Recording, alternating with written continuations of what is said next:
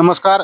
सध्याचे करमाळा नगरपालिकेचे जे आकडेवारी आहे ते आपण तुम्हाला देत आहे.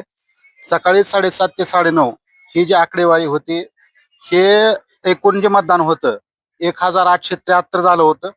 त्यानंतर जे 7:30 ते 11:30 पर्यंतचे जे मतदान होतं 5125, त्याची टक्केवारी होती 23.17% अशी त्याची एकूण आकडेवारी होती.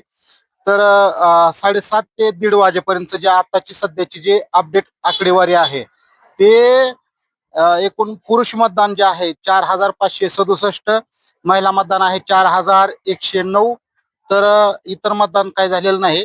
आणि एकूण मतदान जे आहे 8676, त्याची टक्केवारी आहे 39.23. म्हणजेच जे 11:30 ते 1:30 वाजेपर्यंत असं जे मतदान झालेलं आहे त्याचं एक 16% हे मतदान या ठिकाणी 1:30 वाजेपर्यंत, 11:30 ते 1:30 या दरम्यान 16% हे मतदान सगळं वाढलेलं आहे.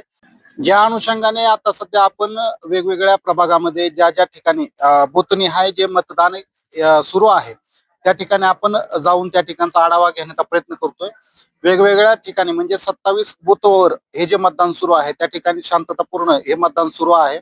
आणि त्या ठिकाणी तगडा पोलीस बंदोबस्त, कोणताही अनुचित प्रकार घडू नये यासाठी लावलेला आहे. आणि जे उमेदवार आहेत ते उमेदवार सध्या प्रत्येकाच्या घरोघरी जाऊन जे मतदार आहेत ह्या मतदारांची जनजागृती करून किंवा त्यांना मतदानासाठी ते स्वतः घेऊन येताना सुद्धा या ठिकाणी म्हणजे प्रत्येक बूथवर दिसत आहेत. त्यामुळं सध्याची जरी आकडेवारी ही 39% असली तरी जी पुढची आकडेवारी आहे ती आणखी किती प्रमाणात वाढते आणि येते. कारण की यामध्ये जर आपण पुरुष मतदान जर पाहिलं 4567 आणि महिला मतदान 4109, असं एकूण फक्त यामध्ये 400 मतांचा डिफरन्स, 350 ते 400 मतांचा डिफरन्स आहे. त्यामुळे महिलांच्या मतदानाची सुद्धा टक्केवारी यामध्ये मोठ्या प्रमाणात वाढलेली दिसते. तर पुढील जे अपडेट येते त्या अपडेटमध्ये नेमकं महिलांची सुद्धा यामध्ये टक्केवारी पुरुषांपेक्षा जास्त होते का काय, कारण की सरासरी आता पुरुष आणि महिला यांची जी टक्केवारी आहे समान सध्याची जरी पाहिली तरी कुठेतरी थोडीफार समान दिसून येते.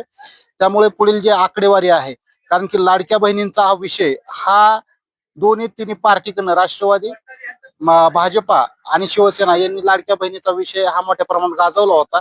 त्यामुळे ह्या लाडक्या बहिणींचा जो वाढलेला आकडा आहे तो नेमका कुणाच्या पदरात पडतो, कुठल्या भाऊरायाच्या पदरात पडतो हे पाहणं तितकंच गरजेचं असणार आहे. धन्यवाद.